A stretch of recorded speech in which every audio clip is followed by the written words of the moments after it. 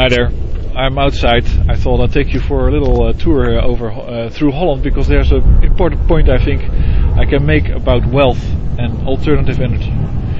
And if you ever meet a Dutch person that says that alternative energy sucks, then you can tell him that he wouldn't be a Dutch person if there hadn't been any alternative energy.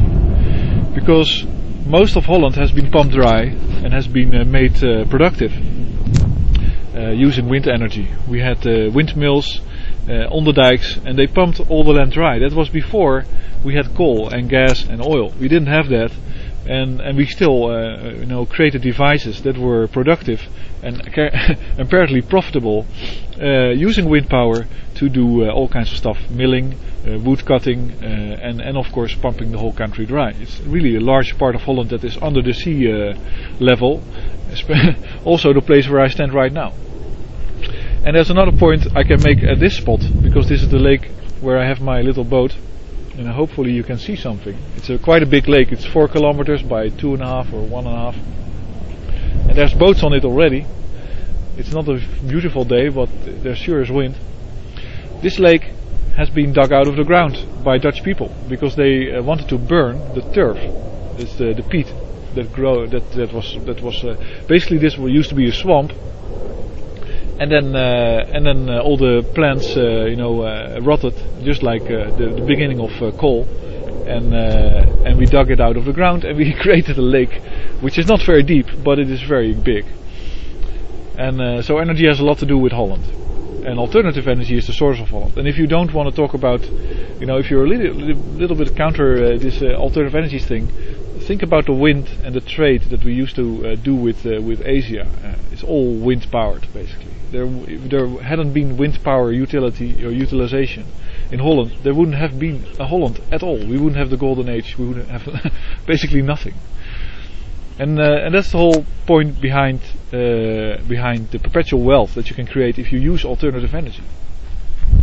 Now, once you have created your, you built your solar panel, you built your windmill, you built your hydroelectric dam, your wave energy device, your wind, whatever you can you can think of, your solar thermal power plant. That's one big one. That's really a killer in terms of alternative energy. That spot where you have the earthquake in LA, where you just had it right now, that's a desert. It's an empty desert with incredible sunshine, large amounts, and you don't need water for those thermal power plants like everybody says. That's a big myth. And you could basically desalinate the water from the ocean from the south, pump it to the next valley where you have all these agricultural operations, and you wouldn't have to pay for it.